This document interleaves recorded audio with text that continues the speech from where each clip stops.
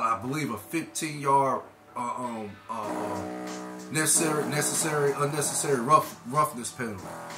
So that pretty much put Kansas City in position to throw for Patrick Mahomes to throw a 32-yard bomb to Marquez Valdez Scantling, I believe that's his name.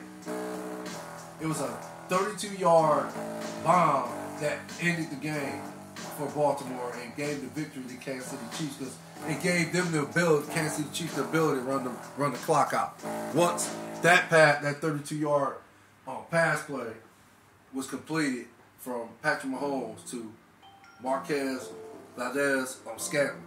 So that was the game clincher. That was one of the biggest plays of the game. But for me, the biggest play of the game came at the 14 minutes and 55-second mark, where it appeared that Zay Flowers ran in for a score, and the game was going to be, was going to cut Kansas City lead to 17-14. It appeared that he scored. So, and again, it appeared that he scored, but I like to think if he would have scored, that would have gave the Ravens the momentum, and I think perhaps that could have been the biggest play of the game for the Ravens, because that might have put them in position to win the game and punch their ticket to this year's Super Bowl.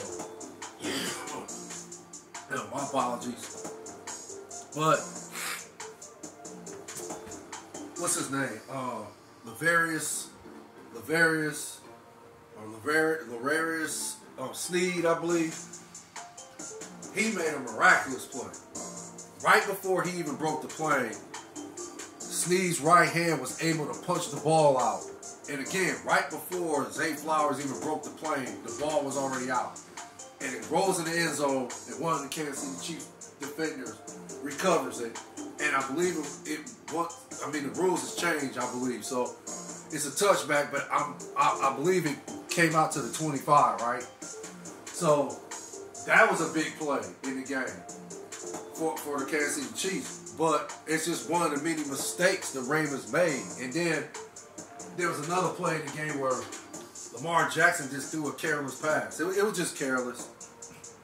I'm not sure if he thought the receiver had a step on the two Kansas City defenders, and he decided to just throw it to give him a chance to make a play on the ball. And out of nowhere, another Kansas City defender just ran across the field and just intercepted the ball. And that was it was a great, phenomenal play by that Kansas City defender, because I didn't even see him. He came out of nowhere and intercepted the ball. And I just really think Lamar didn't, see him either.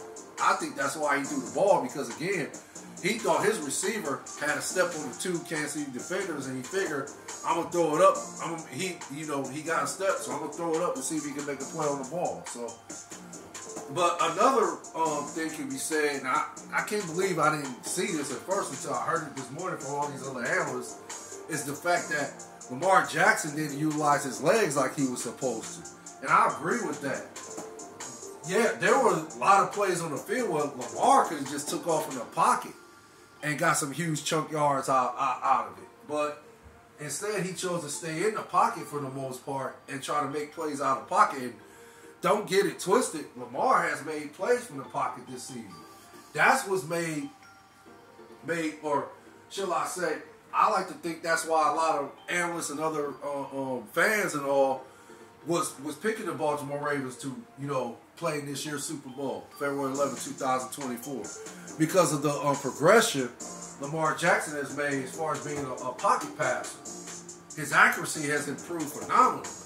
So, Lamar can make plays from the pocket now too, but this is a Super Bowl. This is money time, man. You got to be greater than Patrick Mahomes. You can't try to play, on a level, or you can't try to play your game like Patrick Mahomes. You got to play your game. You got to do it what you do best. So when the plays was breaking down, he was getting pressure. Yeah, instead of just, trying to take off and, just run and again, get huge chunk yards, or, hey, perhaps he could have scored off one of those runs, right? He just chose to stay in the pocket and try to make plays from the pocket. So I agree with him. Yeah, he should have utilized his legs more when he was in situations like that. Again, there was a lot of plays on the field where Lamar could have just did that. He could have utilized his leg. One analyst said he could have got 150 yards rushing in yesterday's game. Yeah, I believe that too. But for some reason, he decided to stay in the pocket, trying to make plays, and Lamar still played. It was a great game. It just wasn't greater than Patrick Mahomes. That's all. And I mean the stats. If you want to talk about the stats, Patrick Mahomes is 30 or 39, 241 yards and a touchdown. Lamar was 20 or 37, 272 yards, a touchdown, that critical interception, the careless interception he threw. Then you got, Isaiah Pacheco, 24 carries, 68 yards and a touchdown. Of course, Travis Kelce, 11 receptions, 115 yards and a touchdown. Zay Flowers, 5 receptions, 115 yards and a touchdown. And Lamar, again, he had 8 carries, 54 yards, but imagine if he would have utilized his legs more yesterday, he probably could have had at least 200. I mean, he had 54 off 8 carries. If he would have, again, utilized his legs, he probably could have had 200 yards rushing. So, again, I don't know why he decided to stay in the pocket as much as he did yesterday. Again, he played, he played a great game. There was for the most part, especially in the first half, there was a pass that was thrown by him that actually should have been intercepted. 9 times out of 10, it gets intercepted when the ball go up in the air. And the one Kansas City defender, he literally had his ball, like his hands on it. And Lamar had the intellect and the skill set to just, run and literally take the ball out of this guy's hand, catch it, and get some, get a decent game. Not a super huge game, but got a decent game. But that play could have been a disaster if Lamar didn't have the intellect to do what he did. That's a great play. That's what I'm saying. That's a great play by Lamar Jackson to have enough awareness to do stuff like that. So, again, the play could have ended up being a disaster for the Ravens, but it ended up being a positive for the Ravens. So, that was many of his great plays. He had another pass play to Zay Flowers. And then, of course, Zay Flowers, another careless mistake by the Ravens. After he makes a great catch, he decides to push the Kansas City defender back down to the ground, flick the ball in his face, and just literally stand on him over. Tell me why you don't think the referee ain't gonna make that call. It's taunting. I get what people are saying. They should have made the call. Yeah, back in, I want to say the 60s, 70s, 80s, and early 90s, all the way up until I can't even remember when they started implementing these rules where you can't leave with your helmet, can't hit it, at the knees or nothing like that. I want to say when the movie Concussion came out, that's when all these rules changed, but I could be wrong. But that was a careless mistake on Zay Flowers. And that cost them, I want to say 10 yards, whatever the taunting penalties are assessed. I don't know how many yards is assessed, but I like to think it was at least 10 yards. And then on the following play, that's when the fumble took place by Zay Flowers, where Lavarius Sneed punches the ball out with his right hand and makes a phenomenal play on the ball to get him Kansas City Chiefs the ball back so they can run off more clock. So, yeah, it was, like I said, careless penalties by, Roquan Smith. It was some by, one by Javadian Clowney. But again, those penalties didn't do any damage. I'm talking about the one by Roquan Smith did some damage. Well, it did do damage. And then the one by Zay Flowers, I like to think that did major damage because if he don't do the taunting penalty, then he probably would have not fumbled on the following play or one play or two plays after, if that makes sense. So, again, for me, it was a great game. Kansas City wins the game 17-10. AFC championships. Well, I'm sorry. AFC divisional champs again.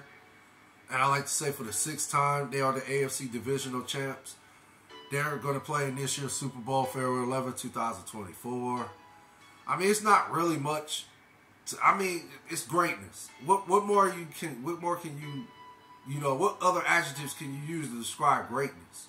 Yeah, there's a lot of adjectives to describe greatness, but when it comes to Kansas City Chiefs, in my opinion, it's just greatness. That's what I associate with Kansas City Chiefs, greatness, because of the brilliance of Andy Reid and perhaps him being the best head coach in the game now. The brilliance of Patrick Mahomes and his phenomenal skill set at the quarterback position, and of course the brilliance of Travis Kelce and his play at the tight end position.